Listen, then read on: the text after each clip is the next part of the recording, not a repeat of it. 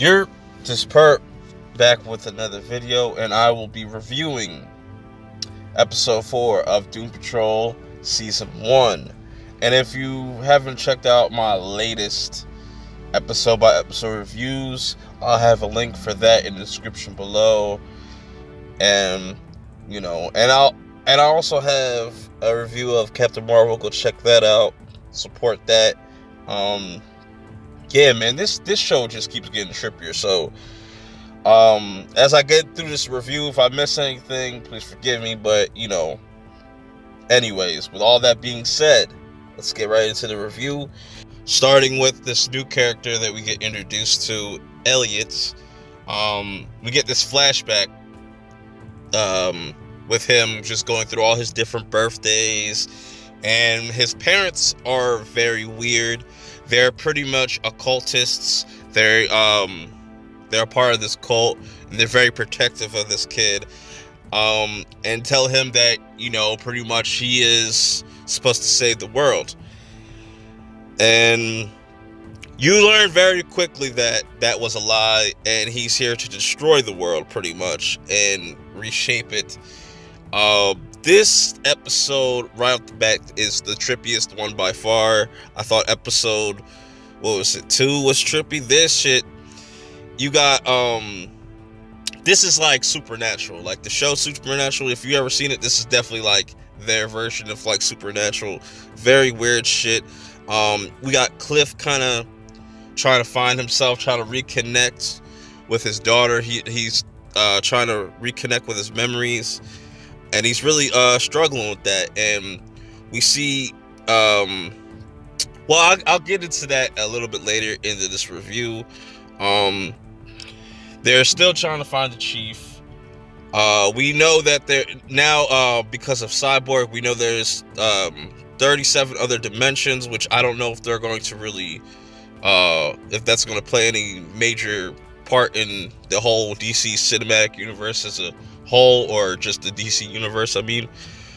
But I really like that Cyborg is really trying to take the initiative and just trying to take that leadership role, even though he's kind of pushing it. So we get introduced to this character that used to be one of Niles' old friend, Kipler, which he's pretty much like one of the Knights Templar.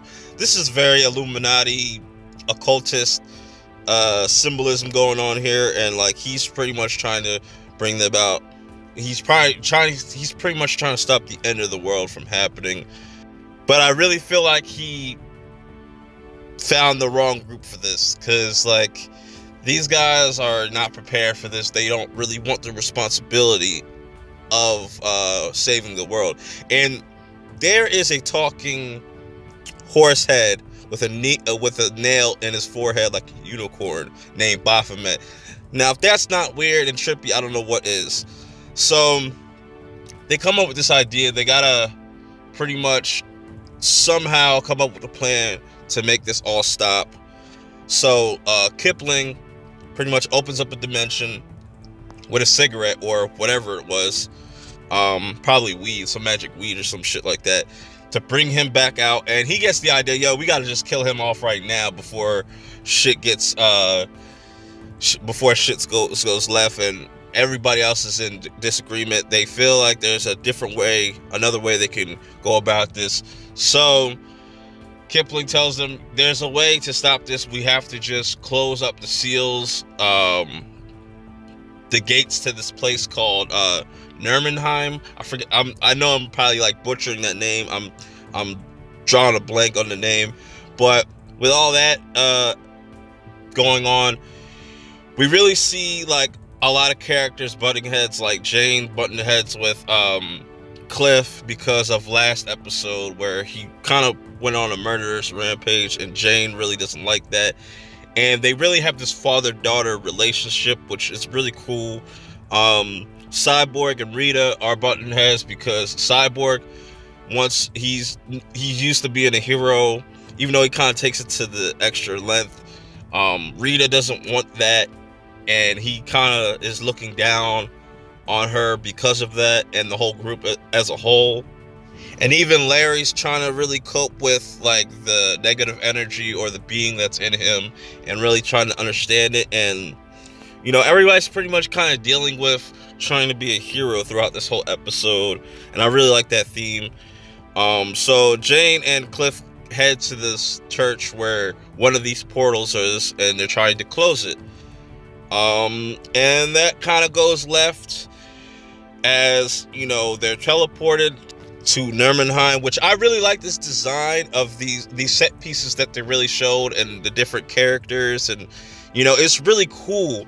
And you could tell they didn't have the highest budget, but like I really liked the you know, everything that went into this episode.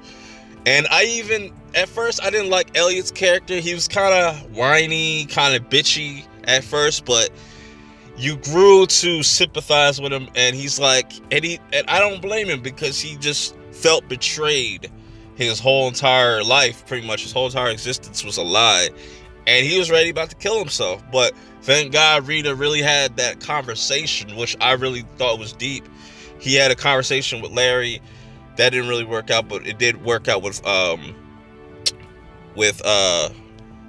Rita. But then we also get a